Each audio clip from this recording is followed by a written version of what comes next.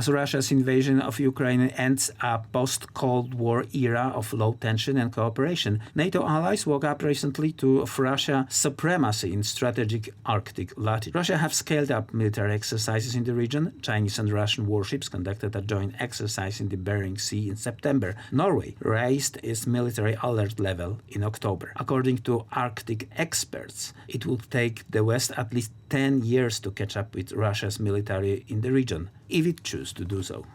The Arctic is important, first of all, because of the fact that it is changing very rapidly.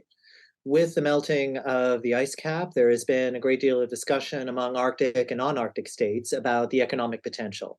Everything from access to energy supplies to metals and minerals to the opening up of new shipping lanes. So there's a great deal of interest in many countries as to what the Arctic represents as a kind of new region of opportunity.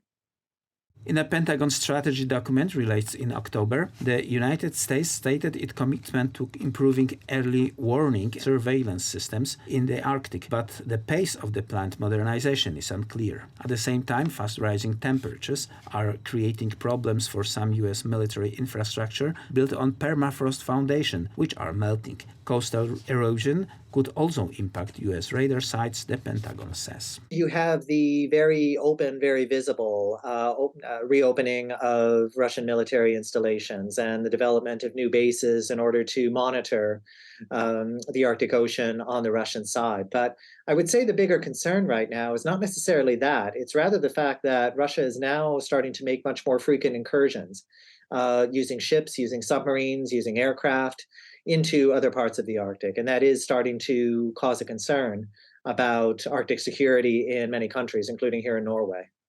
U.S. missile defenses are designed to defend against a limited attack from raw state, and the United States has expressed confidence in its ability to deter a nuclear attack by Russia or China. But insufficient visibility in the Arctic could limit U.S. response time in crisis. As a shrinking ice cap opens up new sea lines and resources, the Arctic is becoming strategically more important. Parts are accessible in a few months in summers as the sea ice melts, unlocking opportunity.